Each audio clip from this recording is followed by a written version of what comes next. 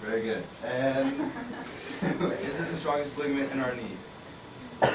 Yes. All right. Well, I think you guys are pretty much masters at the knee by now, so we won't have to do that little test. But it's one of the most commonly. Don't hate, though. Okay, so it's the most commonly injured ligament in the knee because it does most of the work. It restrains excess movement. So as you guys can tell, you guys probably can't bend your leg, well, your lower part of your leg this way back to you, unless, well, if you can, let me know, because that would be kind of cool. But the ACL restricts that movement, and also, like, as you can tell, like, I can't really push my knee down to the ground because all of the ligaments, well, ACL and the ligaments around it are the ones keeping me from doing that. So, yeah, that's why it's like one of the most injured, is because it doesn't take a lot for it to get injured. As you can tell, because, I mean, our range of motion isn't that good in our knees, so, I mean, if you go outside your boundaries on your range of motion, then it probably won't be good. Alright, so, it leads right into my next slide. How do you tear your ACL? You can tear it just by walking down the street if you're like clumsy or whatever, so watch out. I'm kidding. Alright, so you can tear it in sports or just by walking down the street, tripping over something, or rolling your ankle the wrong way or whatever. But some of the main sports that you injure it in are like football, basketball, soccer, lacrosse, tennis. I mean, you can tear it in pretty much any sport. Anything that has hard cuts or has your knee getting hit. And so what I mean by hard cuts is like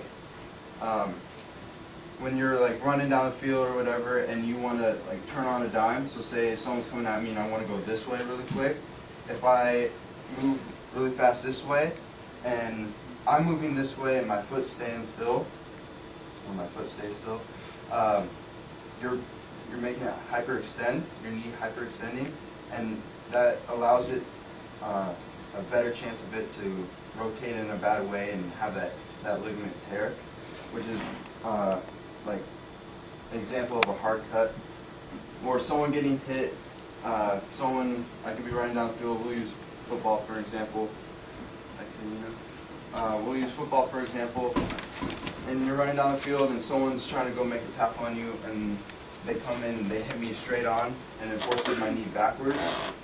That can also tear your ACL and many other ligaments within your knee. So the main point that I'm trying to make here is whenever your femur, so this would be my femur, this would be my tibia, whenever they get hyperextended or pulled apart and then twisted in the wrong way, that's going to be bad news, and you're going to tear your ACL and possibly other ligaments within your knee. So,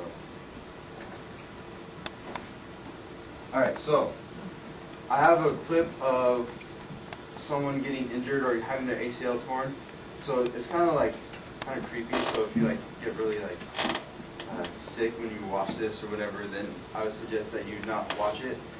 But it's of a football player named Willis McGahee. It was in. Does anyone know this game or the injury that I'm talking about? Alright, so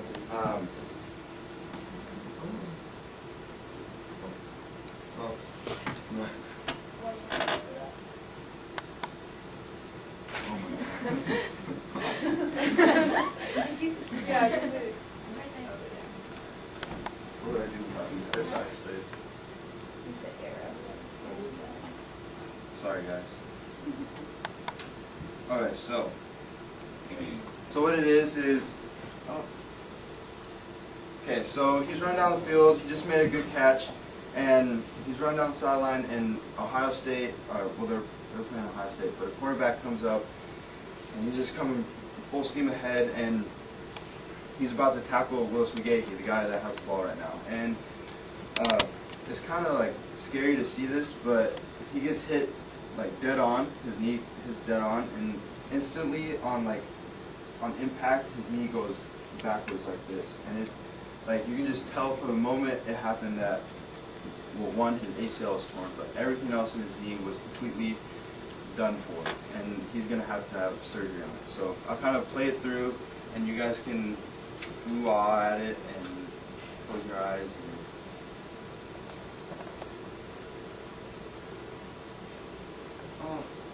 Okay, so do you guys kind of see how it was bent back like that? Yeah, that wouldn't be really. So right there, you can just tell that one, his ACL is gone, but everything else in his knee is completely shattered. So, and that's what I'm talking about when, like when your knee gets hit, or if someone rolls underneath you. So say I'm running and then someone hits me that way. That's another way I can tear my ACL too. So that's just one example of you tearing your ACL. All right. So some of the replacement techniques. The four main replacement techniques are, well, that I researched are your patellar tendon graft procedure, your hamstring graft procedure, an allograft or a donor procedure, a quadricep procedure, and then there's two different styles of that you can kind of that you can replace your ACL, and I'll kind of go over that later. So, all right, so patellar tendon graft. What we're taking in the patellar tendon graft is, well, obviously your patellar tendon is. What we're doing here is we're taking the center third of your patellar tendon, and so if I were to look at this model, I would take the middle part of this, and it'll be well, I didn't get a specific size on how wide or how deep the cut would be. But what makes this such a good procedure is that, well, one, we talked about earlier how a tendon has a lot of collagen in it, or protein, more than a ligament. So that means it's a little bit sturdier than your old ACL was.